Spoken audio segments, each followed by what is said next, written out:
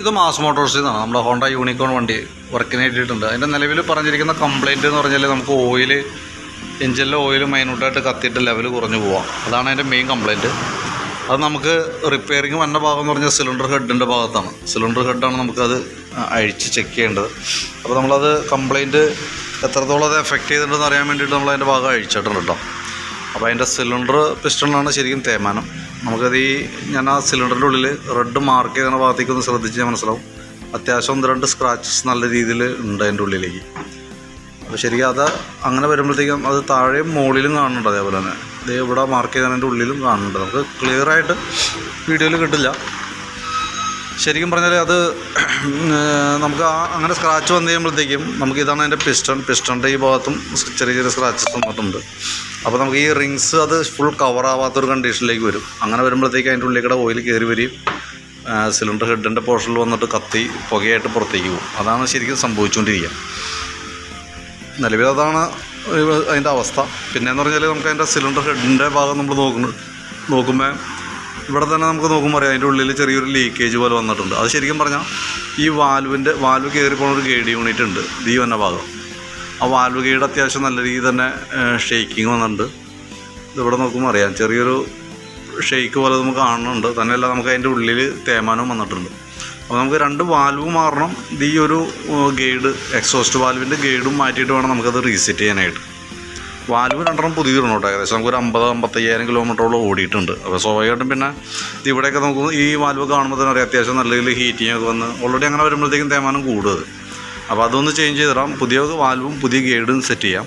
പിന്നെ നമുക്ക് ക്യാം ഷാഫ്റ്റിൻ്റെ ഈ ഒരു ചെറിയ ബെയറിംഗ് ഉണ്ട്. ആ ചെറിയ ബെയറിങ്ങിനും ഒരു പ്ലേ കാണിച്ചു തുടങ്ങിയിട്ടുണ്ട്. അപ്പോൾ അത് നമുക്ക് ലെയ്ത്തി കൊടുത്തു കഴിഞ്ഞാൽ 2 ബെയറിങ് മാത്രമായിട്ട് മാറ്റി കിട്ടും. ക്യാം ഷാഫ്റ്റ് ഫുള്ളായിട്ട് മാറേണ്ട ആവശ്യമില്ല. ആ 2 ബെയറിങ് മാത്രം മാറ്റി നമുക്ക് റീസെറ്റ് ചെയ്യാം. അപ്പോൾ ലെയ്ത്തിൽ കൊടുത്ത് നമുക്ക് റിപ്പയർ ചെയ്യേണ്ടത് ഒന്ന് ഇതിൻ്റെ 2 ബെയറിങ്ങുകൾ മാറ്റിയിടാണ്ട്, പിന്നെ ഈ വാൽവ് നമ്മൾ വാൽവ് കൊടുക്കണം. വാൽവ് കിറ്റ് കൊടുത്തതിന് ശേഷം അതിൻ്റെ ഉള്ളിൽ വന്ന ഗൈഡ് റീപ്ലേസ് ചെയ്തിട്ട് വാൽവ് സീറ്റ് ചെയ്ത് എടുക്കാനുണ്ട്. അത് നമുക്ക് 2 ലെയ്ത്ത് വർക്ക് വന്ന വർക്കാണ് അത് കേട്ടോ. പിന്നെ അതേപോലെ തന്നെ സിലിണ്ടർ പിസ്റ്റണൊക്കെ ഓൾറെഡി നമ്മൾ മാറ്റി പുതിയ സെറ്റാണ് നമ്മൾ യൂസ് ചെയ്യുന്നത്. കാരണം എന്താ വെച്ചാൽ കമ്പനി ആയിട്ടും മേടിച്ച് കയറ്റാം. പിന്നെ നമുക്ക് ആ ഒരു തലവേദന ഉണ്ടാവില്ല.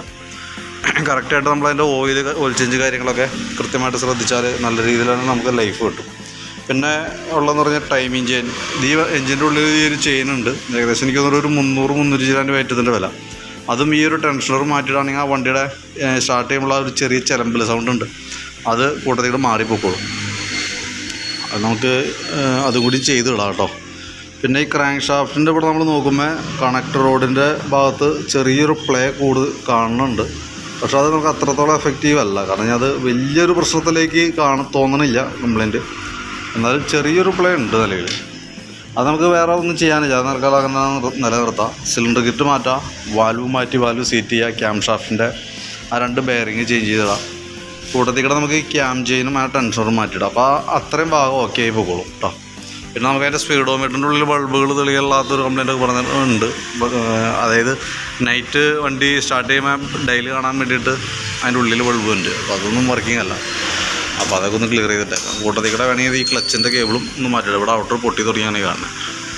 അത് നമുക്ക് നോക്കിയിട്ട് ലാസ്റ്റ് ചെയ്താലും മതി. അപ്പോൾ ഞാൻ അതിൻ്റെ ഏകദേശം ഒരു എസ്റ്റിമേറ്റും ഡീറ്റെയിൽസൊക്കെ ഒന്ന് വാട്സപ്പിലേക്ക് ഇട്ടാം കേട്ടോ. കാരണം അപ്പോൾ നമുക്ക് ഇത് ലെയ്ത്ത് വർക്ക് തന്നെയാണ്, അത് ലെയ്ത്തിലേക്ക് വിടാം. ബാക്കിയത് ഒരു എസ്റ്റിമേറ്റ് ആക്കിയിട്ട് ഞാൻ എൻ്റെ ഡീറ്റെയിൽസ് വാട്സപ്പിൽ തരാം. അപ്പോൾ ആ കൂട്ടത്തിൽ നമ്മളതിൻ്റെ കാർബറേറ്റർ ഒന്ന് അഴിച്ച് ക്ലീൻ ചെയ്യും. അതേപോലെ തന്നെ എയർ ഫിൽറ്റർ നോക്കിയിട്ട് എയർ ഫിൽറ്റർ പുതിയത് ഇടുള്ളൂ കേട്ടോ. കാരണം ആ സെക്ഷൻ ക്ലിയർ ആവാൻ വേണ്ടിയിട്ടാണ്. അത്രയും ഭാഗം കൂട്ടത്തിൽ ചെയ്തേക്കാം. ഞാൻ എൻ്റെ ഒരു എസ്റ്റിമേറ്റും കൂടി വാട്സപ്പിലേക്ക് ഇട്ടേക്കാം കേട്ടോ.